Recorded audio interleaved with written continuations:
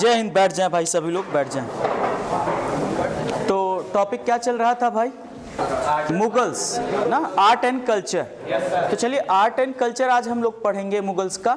और बेसिकली जो previous year में क्वेश्चंस आए हैं कला एवं संस्कृति, इसको बेहतर तरीके से इस टॉपिक को पढ़ेंगे। देखिए, एक तो आप ये जान लें कि जो आर्ट एंड कल्चर का पार्ट है उसमें क्या क्या हमको पढ़ना है। पढ़ने के सीक्वेंस में ये बात, जैसे लिटरेचर, साहित्य का विकास किस स्तर का था, क्या नया कुछ मिला, किन किन चीजों के एविडेंसेस मिले। जैसे एविडेंसेस के तौर पे अगर हम बात करते हैं तो ये प्रीवियस ईयर में आया हुआ क्वेश्चन है कि जनगणना या कृषि यंत्रों के बारे में जानकारी हमें मुगल साम्राज्य के किस ग्रंथ से पता चलती है। तो वह कौन सा ग्रंथ है? मुगल आईने अकबरी, जैसा कि मैंने आपको विगत क्लासेस में बता रखा है।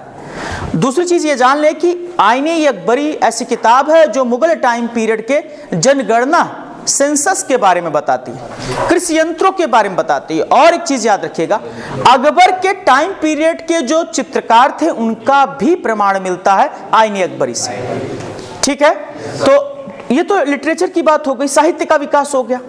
स्थापत्य कला की अगर बात करी जाए तो उसका कितना, भवनों के निर्माण, मोनुमेंट्स का निर्माण, ये भी सारी चीजें एग्जाम से पूछी जाती हैं। आज अगर पूछा जाए तो आपके यहाँ ताजमहल के बारे में आप बहुत ज्यादा डिटेल में जानते हैं, ठीक है, लेकिन ताजमहल के अलावा भी कुछ ऐसी इमारतें हैं जिसके वास्तुकार कौन थे, चीफ आर्किटेक्ट कौन थे। जैसा कि अगर मैं बात करता हूं मयूर सिंहासन, अगर मयूर सिंहासन की बात की जाए तो मयूर सिंहासन का डिजाइन किसने किया था? बेबादल खान ने। और मयूर सिंहासन को ही क्या कहा जाता है? तख्त ताऊ, जिसके बारे में आप सुना होगा आपने कि 1739 में इसे लूट लिया गया था। क्योंकि इसमें क्या लगाया गया था? तख्त ताउज में कोहिनूर हीरा लगाया गया था, और जिसकी पूरी दुनिया में उस समय में भी बहुत डिमांड थी और आज भी बहुत डिमांड है। ठीक है, हालांकि ये कहा जाता है कि पनौती है, किसी अगर पुरुष के पास रहता है तो उसके लिए ये सूट नहीं करता। और आप जानते हैं कि मिनरल्स की प्रॉपर्टी है भाई, किस आदमी को कौन सा मटेरियल सूट कर जाए। ठीक है, तो ये भी इस पे भी डिपेंड करता है। तो इस तरीके से हमारे आज का जो मेन टॉपिक का एजेंडा होगा वो कला और संस्कृति में बहुत सारी चीजें हमको पढ़नी है। लिटरेचर हो गया, आर्ट हो गया, कल्चर हो गई। लेकिन आज का जो हमारा टॉपिक होगा वो बेसिकली हम फोकस करेंगे चित्रकला पे, यानी कि पेंटिंग्स पे फोकस करेंगे। किस पे फोकस करेंगे भाई? पेंटिंग्स पे, यानी कि चित्रकला। तो ये भी एक क्या है? आर्ट एंड कल्चर का ही भाग है। जैसे ऑटोबायोग्राफीज में, लिटरेचर में ये पूछा जाता है ना कि भाई अकबरनामा किसने लिखा, हुमायूंनामा किसने लिखा, और नंबर ऑफ टाइम्स ये आपके एग्जाम्स में आए हुए प्रश्न है। हुमायूंनामा किसने लिखा भाई? गुलबदन बेगम। अगर भाई पता है तो सबको एक साथ में बोलना है ना, गुलबदन बेगम। और अगर आपसे मैं पूछूं तुजुक ए बाबरी किसने लिखी? बाबर। और यह जानते हैं तुजुक ए बाबरी को ही बाद में बाबरनामा के नाम से भी जाना गया। तुजुक ए बाबरी जिस लैंग्वेज में लिखी गई थी उसका नाम था तुर्की भाषा, और बाद में इसका ट्रांसलेशन कर दिया गया किस लैंग्वेज में? फारसी में। किसने किया? ठीक, और प्यादा खान, दोनों लोगों का नाम है। अगर मेनली अगर बात करी जाए तो अब्दुल रहीम खान खाना का ज्यादा कंट्रीब्यूशन था, लेकिन उनके साथ जो अटैचमेंट था वो प्यादा खान का भी था। अगर मैं यही बात पूछूं कि भाई जो फारसी में लिखी गई बाबर की आत्मकथा, फारसी से इंग्लिश में किसने ट्रांसलेट किया? लियडन और इर्स्किंग ने फारसी से इंग्लिश में इसका अनुवाद किया। अगर आपसे डायरेक्टली मैं ये पूछूं कि तुर्की से इंग्लिश में, श्रीमती वेवरीज। बस इतना सफिशिएंट है, इतना सफिशिएंट है। मतलब आपका जो आर्ट एंड कल्चर वाला प्रोग्राम जो मैंने क्लासेस ली थी उसमें आपका कॉन्सेप्ट क्लियर है। अब आइए चित्रकला देखते हैं। तो आपके सामने मैं कुछ प्रोमिनेंट मुगल बादशाहों के नाम लिखूंगा, और उनमें से प्रोमिनेंट रूलर्स की अगर मैं बात करूंगा तो शुरुआत के 3 लोगों के बारे में डिटेल स्टडी करेंगे, क्योंकि शायद राइज अप इन्हीं के टाइम पीरियड में हुआ। और ये जान लें कि आप चित्रकला का जो स्वर्णिम काल था मुगल टाइम पीरियड का, वो था जहांगीर का टाइम पीरियड। और जहांगीर खुद भी बहुत बड़ा शौकीन था, और जब राजा खुद उसमें इंटरेस्ट ले ले तो शायद वो बहुत बड़ी बात है। समझ रहे ना? तो अब अगर हम उन 3 प्रोमिनेंट लोगों की बात करते हैं तो बाबर पहला तो हमारे पास निकल करके आता है। बाबर भाई, किसके टाइम पीरियड में चित्रकला का क्या स्टेटस था? बाबर के बाद दूसरे नंबर पे हमारे पास अगर हम बात करें तो कौन आता है? बाबर के बाद हुमायूं, और हुमायूं के टाइम पीरियड में चित्रकला का क्या स्टेटस था वो, और हुमायूं के बाद अगर हम बात करते हैं तो कौन आता है, अकबर। और बाबर, हुमायूं और अकबर के बाद जो एक जबरदस्त कैरेक्टर इसमें निकल करके आता है, जिसके टाइम पीरियड में अपने जेनिथ को प्राप्त कर लेती है, हाईएस्ट पीक को चित्रकला प्राप्त कर लेती है, वो टाइम पीरियड था जहांगीर का। हाई कुछ ना कुछ तो विकास सबके समय में होगा, वो शाहजहां भी थे, इनके समय में भी। तो अगर मैं बात करता हूं औरंगजेब के समय में ऐसा अगर बात करूं तो चित्रकारी का कोई बहुत विकास नहीं हो पाया, क्योंकि आप जानते हैं कि ये जो चित्रकला आप पढ़ने आज जा रहे हैं ये इस्लाम के विरुद्ध है। चित्रकारी इस्लाम के विरुद्ध है। तो इसके बावजूद, इस्लाम के विरुद्ध होने के बावजूद चित्रकला का इतना विकास हुआ, तो कहीं ना कहीं भारतीय कला और संस्कृति का भी विकास इस पे पड़ा होगा। हालांकि शुरुआत अगर आप बात करेंगे इस डायनेस्टी, अगर मुगल पूरे साम्राज्य की शुरुआत की बात करेंगे तो बाबर ने सबसे पहले किसी चित्रकार का वर्णन किया है, और वो भी किसमें, अपनी किताब में खुद में। और उसके, हाँ बिल्कुल, जिसे आप कह सकते हैं तुजुक ए बाबरी, तुजुक ए बाबरी। ठीक है भाई। तो अगर आपसे पूछा जाए कि मुगल टाइम पीरियड की पेंटिंग की शुरुआत किस किताब से एविडेंस के तौर पे हमें प्राप्त होती है, तो वह है तुजुक ए बाबरी। ये बात लिख भी लीजिएगा भाई फटाक से कि बाबर के टाइम पीरियड में जो पहली किताब, यानी कि पहली आत्मकथा भी यही लिखी गई, और दो ही राइटर्स ऐसे हुए, दो ही मुगल बादशाह ऐसे हुए जिन्होंने अपनी आत्मकथा खुद लिखी। वो पहला तो बाबर, दूसरा जहांगीर, और सबने लिखवाई। हुमायूं नामा भी गुलबदन बेगम ने लिखा, शाहजहां नामा भी दूसरे ने लिखा, करेक्टर ने लिखा। अब आप समझ सकते हैं कि आईन अकबरी भी दूसरे ने लिखा। तो मुगल बादशाहों की अगर आप बात करेंगे तो सिर्फ दो लोगों ने अपने हाथों से लिखा अपनी ऑटोबायोग्राफी, वो थे बाबर और कौन था भाई, जहांगीर। ठीक है, क्लियर हो गई बात, किसी को कोई दिक्कत यहां तक? तो बाबर से हमें मुगल चित्रकला की बारे में पता चलता है, यानी कि मुगल्स पेंटिंग के बारे में, शुरुआती तौर में मुगल्स पेंटिंग के बारे में। अब बाबर की अगर बात हो रही है तो बाबर ने किस चित्रकार का वर्णन किया है, किस पेंटर का? उनका नाम था बेहजाद।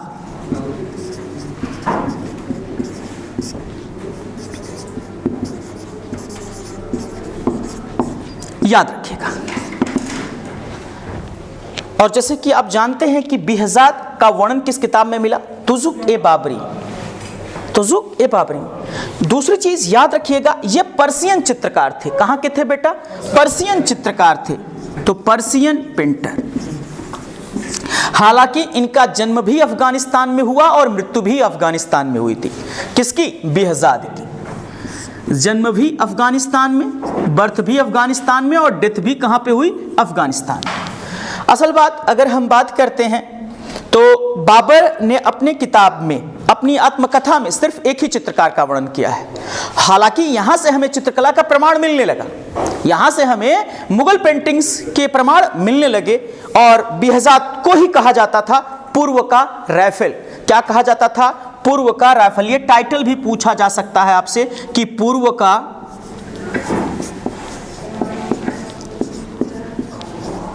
राइफल किसे कहा जाता था? तो पूर्व का राइफल कहा जाता था किसे भाई? बेहजाद को कहा जाता था।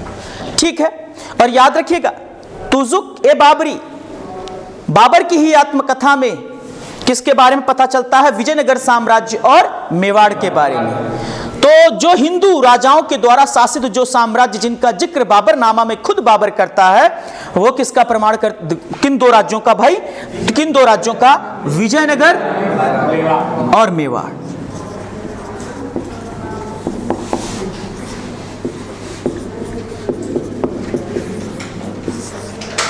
और विजयनगर में भी वह बताता है कि कृष्णदेव राय, कौन बेटा? कृष्णदेव राय किस तरीके से एक विजयनगर साम्राज्य में अभूतपूर्व छवि वाले जो थे वो राजा थे। यानी कि कृष्णदेव राय, अगर मैं बात करता हूं तो तुलुवा डायनेस्टी में सबसे प्रभावशाली राजाओं में एक वो ये वही कृष्णदेव राय हैं जिनको तेलुगु और संस्कृत भाषाओं का अभूतपूर्व ज्ञान था, और दो ग्रंथ लिखे उन्होंने जो कि बहुत ज्यादा पॉपुलर हुए।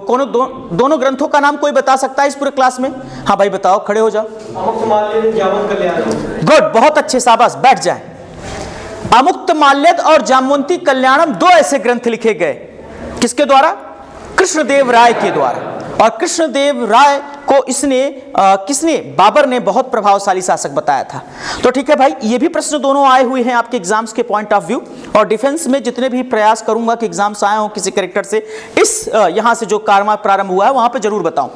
तो बाबर के टाइम पीरियड की अगर मैं बात करता हूं तो बाबर ने अपने टाइम पीरियड के चित्रकार बेहजाद का वर्णन किया है, और बेहजाद की मृत्यु और जन्म दोनों अफगानिस्तान में हुआ। बेहजाद को ही पूर्व का राइफल कहा जाता है, और ये पर्सियन चित्रकार थे। पहला चित्रकार, चित्रकारिता की जो प्रारंभिक शुरुआत है बाबर के बुक से पता चलती है, और उस बुक का क्या नाम था भाई?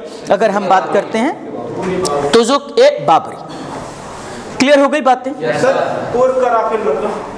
ये टाइटल दिया जाता था। टाइटल, जैसे हम बोलते हैं ना कि अगर हम बात करते हैं तो समुद्रगुप्त को कहा जाता है भारत का नेपोलियन। भारत का नेपोलियन मतलब टाइटल। जैसे अलाउद्दीन खिलजी को क्या दिया जाता था? कहा जाता था सिकंदर सानी, भारत का द्वितीय सिकंदर, मतलब टाइटल उसके बराबर या उस व्यक्ति विशेष के बराबर इसमें जो क्षमता है, तो इसलिए वो टाइटल उसको दिए जाते हैं। अच्छा, बाबर के बारे में इतना सफिशिएंट है, क्योंकि इससे पेंटर्स एक ही मिला हमको जो बहुत ज्यादा मतलब जानकार था, या पेंटिंग्स के बारे में बहुत बेहतर जानता था वो। दूसरी चीज, अगर हम बाबर के बाद जो इसका लड़का था हुमायूं, जब शेर शाह सूरी के साथ इसका युद्ध होता है, और बैक टू बैक 2 युद्धों में बहुत बुरी तरीके से पराजित हो जाता है। चौसा का युद्ध जो कि कब हुआ था बेटा? 1539 में, और बिलग्राम का युद्ध 1540 में। 1539 और 40 का युद्ध बैक टू बैक हार जाने के बाद शेरशाह सूरी से इसे अपने जीवन की जितनी भी मतलब अब उम्मीदें थी वह यहाँ से समाप्त हो जाती हैं, और भारत से यह भाग जाता है कहाँ पे? ईरान। ईरान के शासक के पास यह क्या लेता है? सहायता, आर्थिक मदद या सैनिक सहायता लेने का पूरा प्रयास करता है, और इसका जीवन निर्वसन का जीवन हो जाता है। अब आप समझिए कि 1500 जब 40 में युद्ध हार जाता है तो 1541 में विवाह कर लेता है, और 1542 में ही अकबर का जन्म हो जाता है। अब लगता है कि भाई मुझे अपने बेटे को जिंदा अगर बचाना है तो मुझे यहाँ से भागना होगा, और यह भाग जाता है कहाँ पर? ईरान। 1543 में यह ईरान पहुंच जाता है। हालांकि 1555 में वापस आता है, लेकिन 1556 में जनवरी के महीने में, और वो भी डेट भी क्या थी? 26 जनवरी आता है। अफीम का अत्यधिक सेवन करता था, इसके बारे में ऐसा कहा जाता है, जो सोर्सेज हैं वो ये बताते हैं कि अफीम का अत्यधिक सेवन करता था, और सीढ़ियों से लुढ़क करके इसकी मृत्यु हो जाती है। ठीक है भाई, चलिए। तो अब जब ये ईरान गया था, तो अगर आपसे पूछा जाए कि भाई मुगल इतिहास में जो चित्रकला का जन्मदाता है वो कौन है, तो हुमायूं होगा, क्योंकि सबसे अधिक पेंटर्स को ये लेकर के आए। मैंने बताया ना कि सिर्फ यहां पे एक ही पेंटर का प्रमाण मिलता है, वो बेहजाद, और यहां पे नंबर ऑफ पेंटर्स लाए गए, उनमें 2 प्रमुख पेंटर्स थे। कौन कौन भैया? अब्दुल समद और मीर सैयद अली। अब्दुल समद और मीर सैयद अली, ये दोनों पेंटर्स भी कहाँ के थे? पर्सिया के थे। तो यहाँ पे अगर हम बात करते हैं हुमायूं के बारे में, तो 2 पेंटर्स, 2 चित्रकारों की अगर मैं बात करूंगा जो पेंटिंग को बहुत बेहतर तरीके से जानते थे। चित्रकार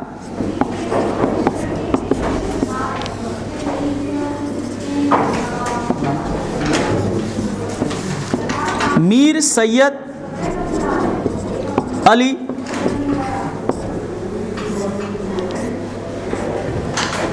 और बेटा कौन? अब्दुल समद। मीर सैयद अली और अब्दुल समद, ये 2 चित्रकार थे, और इन्हीं पर अगर मैं बात करता हूं तो इन्हीं दोनों चित्रकारों को एक बहुत बड़ी ये जिम्मेदारी देता है। अभी मैं वो बताऊंगा जिम्मेदारी क्या है। यानी कि मीर सैयद अली और अब्दुल समद की मैं बात करता हूं तो ये प्रमुख चित्रकार थे, नंबर ऑफ पेंटर्स को लेकर के आए, लेकिन जो सबसे प्रोमिनेंट थे उन दोनों की अगर मैं बात करता हूं तो कौन कौन? मीर सैयद अली और अब्दुल समद। आपको बता दूं, ये आपके एग्जाम में आया हुआ क्वेश्चन है कि हुमायूं ने अब्दुल समद की उपाधि, अब्दुल समद को कौन सी उपाधि दी थी? सीरी कलम। किसकी उपाधि दी थी बेटे? सीरी कलम। कमल मत बोल देना, सीरी, वैसे ये वाला से रहेगा बेटा इसमें, सीरी कलम की उपाधि। टाइटल्स सीरी कलम की उपाधि अब्दुल समद को दी थी। किसने दी थी बेटा? हुमायूं ने। और मीर सैयद अली को कौन सी उपाधि दी गई थी? मीर सैयद अली को कौन सी उपाधि दी गई थी? नादिर उल अस्त्र की, नादिर उल अस्त्र। This is the most important. मैंने कहा था ना कि ये टाइटल्स बहुत इंपॉर्टेंट है, याद रखिएगा। नादिर उल अस्त्र। अब बताओ कोई दिक्कत यहां तक, कोई समस्या? बताओ भाई, जितनी बातें बताई गई क्या इसमें कोई समस्या, कोई ऐसी बात जो तुम्हें ना समझ में आई? अब एक बार बताओ कि बेहजाद किसके समय में आया? कहां से आया? बेहजाद के बारे में जानकारी कहां से मिलती है? तुश्के बाबरी। और तुश्के बाबरी में क्या क्या जानकारी मिलती है? गुड, बहुत अच्छे। विजयनगर और मेवाड़ साम्राज्य के बारे में पता चलती है और इनके राजाओं के बारे में पता चलती है। ठीक है। हालांकि अगर हम बात करते हैं तो यहाँ पे इन दोनों जो राज्यों में एक राज्य तो ऐसा था कि जहां पे राम राज्य की संकल्पना की जा सकती थी उस समय, वो विजयनगर साम्राज्य था। गौरवपूर्ण आज भी यहाँ पे अवशेष जो हैं, वैसे यूनेस्को की वर्ल्ड हेरिटेज साइट में हम्पी मोन्यूमेंट्स को शामिल कर लिया गया है। ठीक है, तो यानी कि कहीं ना कहीं अभूतपूर्व साइट्स होंगे। और जब अगर हम बात करते हैं विजयनगर साम्राज्य, तो वर्तमान समय में कर्नाटका का क्षेत्र, आप इस क्षेत्र में अगर घूमने टहलने जाएं तो यहाँ पे आज भी आपको यहाँ के खंडहरों और अवशेषों से आपको यहाँ की जानकारी मिलेगी विजयनगर साम्राज्य की। और नाम से ही पता चल रहा है जीत का शहर। ठीक है, तो बाबर से अब अगर मैं बात करता हूं तो हुमायूं के समय में दो प्रमुख चित्रकार मीर सैयद अली और अब्दुल समद। अब्दुल समद को कौन सी उपाधि दी गई? किसने दी? और मीर सैयद अली को कौन सी उपाधि दी गई?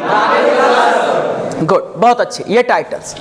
यानी कि अगर आपसे पूछा जाए तो सबसे बड़ा जो कंट्रीब्यूशन रहा, बाबर से ज्यादा कंट्रीब्यूशन की अगर आप बात करेंगे तो किसने दिया? हुमायूं। तो इसीलिए कहा जाता है father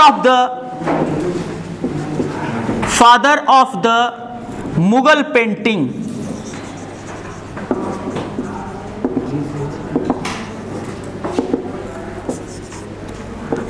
father of Mughal painting.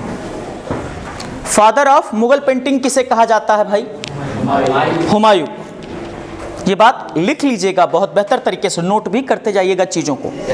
ठीक है, सब लोगों ने नोट कर लिया। हुमायूं को क्या कहा जाता है? Father of Mughal painting.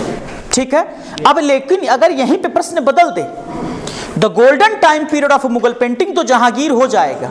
ये बात आप समझते रहें कि अगर गोल्डन टाइम पीरियड अगर बोल देगा तो प्रश्न का उत्तर बदल जाएगा। क्या हो जाएगा बेटा? जहांगीर।